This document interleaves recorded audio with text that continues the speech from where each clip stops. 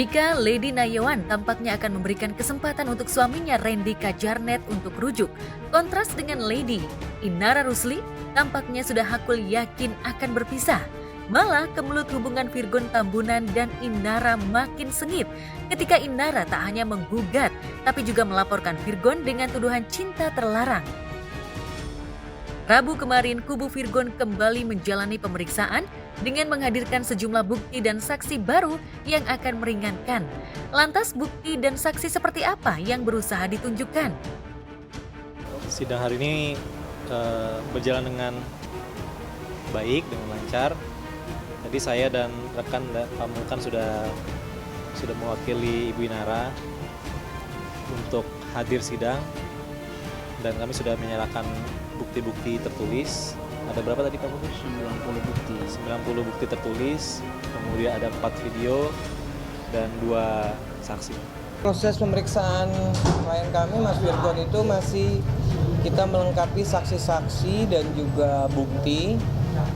Kalau yang kemarin kita lampirkan baru sebatas bukti capture, terus juga ada semacam apa aja tuh Mas? Screenshot aja sih yang baru kita ajukan kemarin untuk sebagai bukti. Itu bukan kata-kata antara suami istri, itu kayak tekanan psikis sih. Dari kita mengenai saksi, kita masih rahasiakan ya. Karena hari ini kan sayangnya dari tergugat tidak hadir, bahkan tidak juga mengirimkan kuasanya. Namun tadi kami dengar ada surat yang mungkin Pak Mulkan bisa jelaskan. Ya, terkait dengan ketidakhadiran dari kuasa hukum tergugat ataupun tergugat sendiri karena menyampaikan ada kendala teknis terkait dengan pembuktian dia. Jadi dia meminta untuk pembuktian diagendakan di tanggal 30 Agustus gitu. Jadi teman-teman dari kuasa hukum tergugat tidak hadir tadi. Kalau yang hari ini berapa diserahkan tuh Pak? Ya, hampir 20. Memang ada 60 ya, berarti ada Ada tambahan lagi.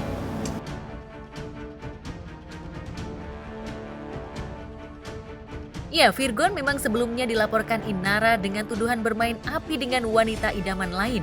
Sementara Virgon melaporkan Inara dengan tuduhan ilegal akses atau sudah membocorkan percakapan pribadinya pada publik.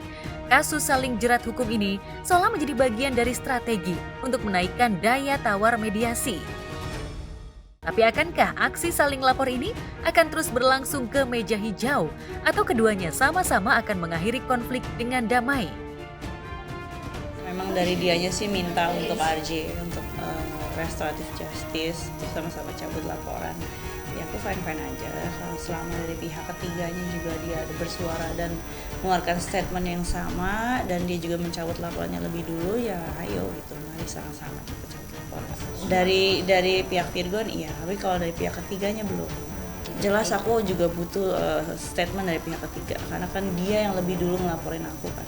Memang dari awal kan kita niatnya ingin melakukan upaya mediasi kan, tapi kan ternyata malah kita mendapat informasi bahwa kita yang dilaporkan. Karena setelah kita mendapat informasi dilaporkan, klien kami menemukan beberapa bukti yang memang bisa kita ajukan untuk membuat laporan. Makanya terjadilah laporan itu di 3 minggu lalu. Klien kami sebagai terlapor, baru kami rilis bahwa memang kita sudah memberikan atau sudah menyiapkan saksi untuk laporan perkara undang-undang ITE yang sudah kita laporkan 3 minggu lalu ya Mas. Gitu. Adanya pihak ketiga, kebenaran terkait dengan adanya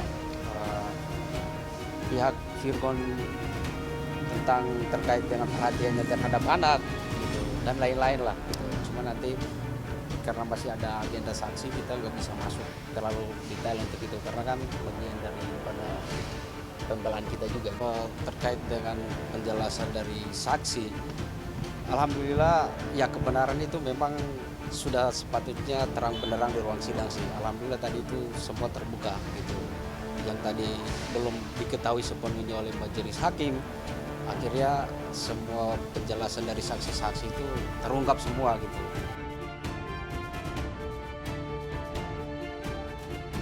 Sementara terkait perceraian, nampaknya Inara sudah bulat ingin keluar dari kehidupan Virgon.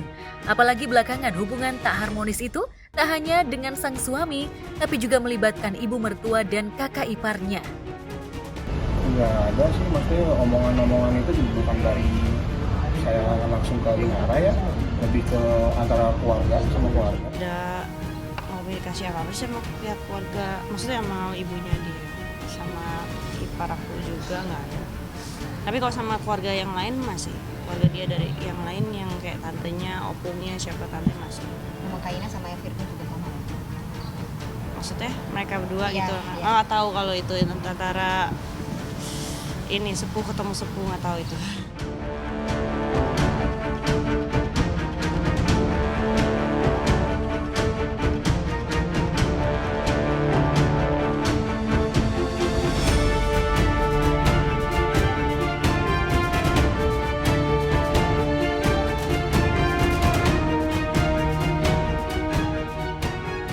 Jika Inara masih harus menunggu keputusan cerai dan kasus saling lapor yang terus bergulir, sidang perceraian antara Ari Wibowo dan Inge Anugrah yang nyaris final lewat keputusan majelis hakim kembali harus diulur lantaran kubu Ari masih berusaha mengajukan sejumlah bukti baru. Bukti baru itu terkait tuduhan soal isu perselingkuhan hingga soal nafkah. Lantas seperti apa bukti baru yang telah disodorkan kubu Ari? Agendanya hari ini penyerahan bukti tambahan dari kami setelah kemarin sidang minggu lalu pemeriksaan saksi, itu adalah saksi yang terakhir. Kemudian majelis hakim memberikan kesempatan lagi kepada kami, kepada para pihak untuk menyerahkan bukti tambahan. Hari ini kami menyerahkan ada 7 bukti tambahan dan sudah kami serahkan tadi kepada majelis. Itu yang hari ini. Sebuka sedikit, itu tentang pembayaran dari klien kami, Ari Wibowo, untuk biaya kehidupan anak, istri, dan tempat tinggal. Karena kesepakatan dari awal, kan Bu Inge sebenarnya bekerja. Kemudian sepakat bahwa Bu Inge tidak bekerja, memelihara anak, dan nafkah memang dari pihak Pak Ari dari awal perkawinan kan. Karena itu, ya tadi saya lihat sih, memang wajar bukti biaya sekolah, hidup rumah tangga, ya segitu doang. Karena memang itu yang wajarnya dia sebagai suami dan ayah.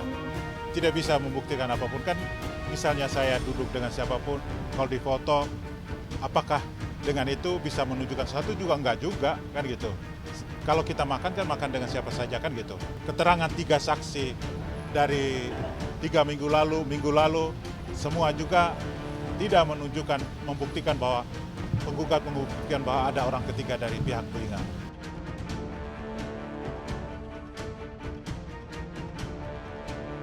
Pihak Inge Anugrah sendiri sesungguhnya telah menepis isu yang dilontarkan kubu Ari, terutama soal isu orang ketiga. Tapi nampaknya kubu Ari masih kukuh ingin membuktikan, termasuk soal nafkah yang sempat dikeluhkan Inge. Ari seolah tak ingin dicap pelit, sebagaimana pernah ramai dalam pemberitaan. Lantas benarkah Inge sendiri kini sudah tak mempersoalkan soal nafkah? Pasca bulat ingin bercerai lantaran ia sudah punya status pekerjaan yang jelas. Benarkah Inge kini hidup lebih mapan setelah hengkang dari kehidupan suaminya?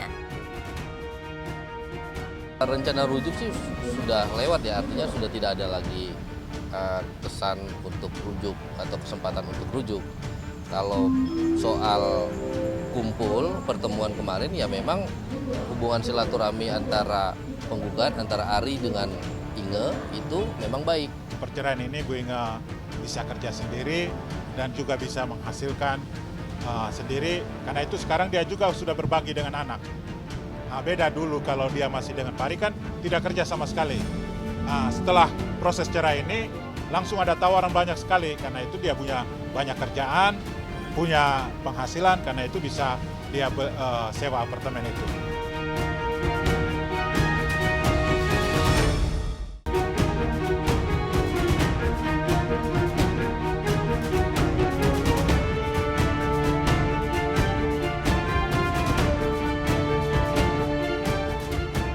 Ketika kasus perceraian Inge dan Ari masih harus menunggu lanjutan sidang lantaran kesimpulan dan keputusan hakim ditunda. Di tempat berbeda, kasus viral tertukarnya bayi di kawasan Bogor, Jawa Barat kembali bergulir panas. Kali ini giliran pihak rumah sakit yang harus menjalani pemeriksaan, pihak Polres Kota Bogor. Lantas bagaimana hasil pemeriksaan dari pihak kepolisian? Benarkah ada faktor kesengajaan atau kelalaian dari rumah sakit? Saya juga kurang tahu ya, ini kenapa hati saya benar-benar ngeyakinin banget bahwa si bayi ini bukan darah daging saya, terus mendorong saya sampai setahun ini bahwa walaupun saya belum tahu pas kemarin belum DNA juga, tetap udah berapa bulan, 10 bulan ya, tetap saya itu benar-benar menyangkal bahwa si bayi ini darah daging saya gitu ya. Sampai ibaratnya saya udah tahu hasil benar-benar udah DNA, hasil DNA benar bukan darah daging saya. Ya menurut yang dimintai menurut saya sih berdasarkan panggilan itu akan dimintai keterangan terkait dengan peristiwa kejadian yang sesungguhnya waktu kejadian melahirkan dan pulang pada saat di rumah sakit setahun yang lalu. Komunikasi dengan lawyernya ya sudah sampaikan juga informasi ya, dan informasi mengenai kesediaan Ibu D tes juga kita juga sudah mendapat informasi itu, tapi silakan mengkonfirmasi kembali ke lawyernya ya, karena kami juga hanya mendapatkan informasi dari media. Ya, itu saja sih. Ini adalah pemeriksaan klarifikasi dari pihak rumah sakit yang terdiri dari manajemen rumah sakit itu sendiri, dokter, dan bidan perawat. Masih berjalan prosesnya. Sampai saat ini masih berjalan proses pemeriksaan dari para saksi yang kita mintai keterangan.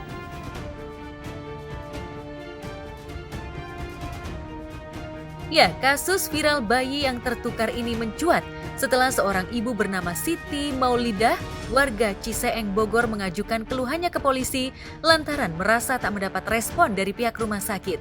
Ia meragukan bayi yang diasuhnya selama setahun ini karena ada kejanggalan, mulai dari gelang bayi atas nama yang lain hingga perasaan seorang ibu terhadap anaknya. Bahkan Siti sudah menjalani tes DNA dan hasilnya tak ada kecocokan genetika dengan si jabang bayi. Pihak rumah sakit sendiri sempat menepis tuduhan tak meladeni laporan Siti. Tapi belakangan, pihak kepolisian mulai menggali keterangan di mana letak kesalahan hingga membuat bayi tertukar. Yang terjadi sebenarnya sudah 1 tahun yang lalu. Jadi rumah sakit itu sendiri sebenarnya juga baru mendapatkan informasi secara resmi yang tahu betul itu adalah di bulan Mei 2023. Jadi 11 bulan yang lalu, setelah terjadi 11 bulan. Ya, sangat-sangat, karena memang ini terkait dengan nanti bagaimana kebijakan di rumah sakit. SOP-SOP-nya harus ditinjau kembali seperti itu. Sudah pasti kami akan melakukan tuntutan kerugian materi, imateri, bahwa Ibu Siti 1 tahun ini merawat bukan anak kandungnya.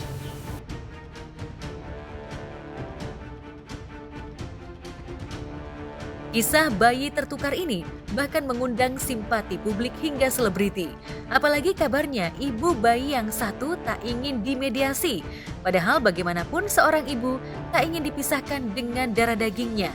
Lantas akankah pihak kepolisian akan mempertemukan Siti dengan ibu bayi yang tertukar? Sampai sekarang juga belum hilang rasa terpukul saya, soalnya belum ada kepastiannya. Saya belum mendapatkan titik terang untuk mendapatkan si buah hati saya. Mungkin himbauan dari Polres Bogor untuk seluruh ibu-ibu yang akan melahirkan di rumah sakit manapun untuk selalu waspada dan memantau dari pihak rumah sakit tersebut, dan juga dari pihak rumah sakit jangan sampai ada kelalaian maupun keteledoran dalam mengurus para bayi-bayi yang lahir, dan juga jangan sampai terpisah kembali antara ibu dan anaknya.